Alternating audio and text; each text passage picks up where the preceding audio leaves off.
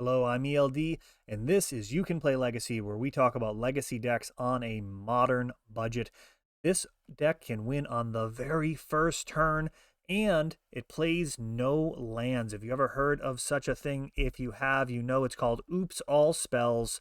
And here's a list that won a small legacy tournament. Feel free to pause that if you want a longer look.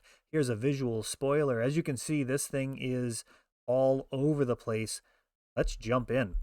Balustrade Spy and Undercity Informer are what this is all about. 4 mana is going to be necessary, either 3+1 for the activated ability here, or just the 4 to cast the Balustrade Spy. That does mean that you can do a little bit of mulliganing. Generally, you're going to want at least 5 cards in your hand in order to win, but if you have to, you can mulligan a little bit lower. But you are going to have it in your opener or not. This has no card drawing, no cantrips. This is a glass cannon deck meant to go for the throat and try and win the game on literally the first turn. And we're going to do that by milling our entire library, as you saw in Balustrade Spy and Undercity Informer.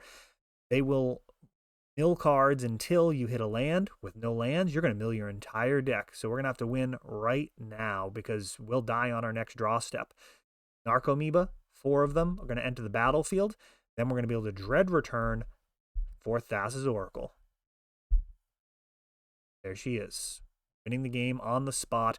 Even if they get rid of the Thassa's Oracle, you still have that triggered ability, and you'll have 0 cards left in your library. If you get too many combo pieces in hand, Bridge from Below will actually replace the bodies as you're sacrificing, allowing you to use Cabal Therapies effectively. Bridge from Below is kind of a iffy slot to me, but it does eliminate the games that you'll lose because you happen to draw like multiple Narcomoebas. But those are pretty few and far between, to be honest. I mean,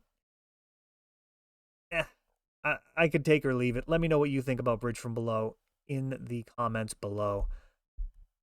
Thoughtseize, powerful discard, getting rid of interactions. Cards like Endurance and Force of Will can be major problems for this, so you want to get rid of those before you combo if you have the ability to. Of course, you're backing this all up with the most all-in card there is here, Pact of Negation. Again, you'll lose the game during your next upkeep, but you are not planning on having another upkeep, nor giving your opponent one. Memory's Journey actually kind of slows things down a little bit. This is a little bit of versatility. This can allow you to shuffle cards from your graveyard back into your library, meaning if your opponent plays a card like Show and Tell, you can put in Balustrade Spy and Memory's Journey cards back in so you don't just die during your upkeep. A very interesting addition. I don't know if it's worth the slot. If you do build this deck, let me know how this card works out for you in testing. It's also a little bit of disruption for your opponent as well, but that's generally not what we're looking at there. Now, how do we actually cast all of these spells? The printings from Zendikar Rising were instrumental in taking this deck from super fringe meme deck to something you actually want to be a little bit concerned about. Agadeem's Awakening and Turntimber Symbiosis are both expensive spells that you can play face down as a land that bolts you. So I should have queued that up, but kind of do these in one take. Trust me, on the other side of this card, it will tap for a green and do 3 damage to you when it enters the battlefield untapped. So you can let it enter tapped or just take the 3. You're taking the 3. We're going as fast as possible with this deck. Of course, the original rituals here, Dark Ritual and Cabal Ritual, though unfortunately Cabal Ritual typically only nets 1 extra mana. You usually aren't going to be able to get Threshold by the time you're comboing off on the very first turn. Lotus Petal and Chrome Mox adding additional acceleration, as well as Simian Spirit Guide and Elvish Spirit Guide. This deck is so all in, it also plays 4 copies of Summoner's Pact, which can go get Elvish Spirit Guide, and to make sure that you can actually use all of your mana, Wild Cantor can actually convert your red or green mana into that first black mana that you need for something like a Dark Ritual, or just to get the single black you need to cast Balustrade Spy. For the sideboard, we have the Swarm here. Xantid Swarm can come out on the first turn, and then depending on how your opponent reacts, you can continue to go for it, or you can pass the turn and then cover them in bees and in with the protection that it provides.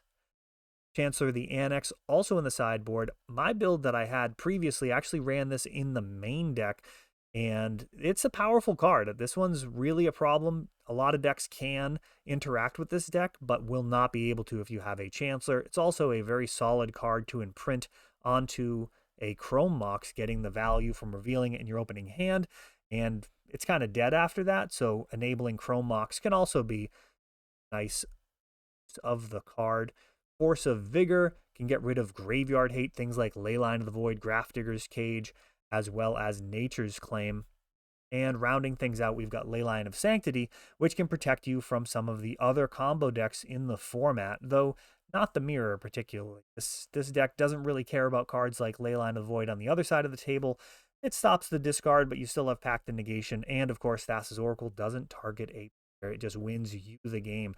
So that is Oops All Spells, a brutally fast, all-in combo deck that you can build on a modern budget. Appreciate any likes and subscribes to help spread the love of Legacy and let people know that they can play Legacy.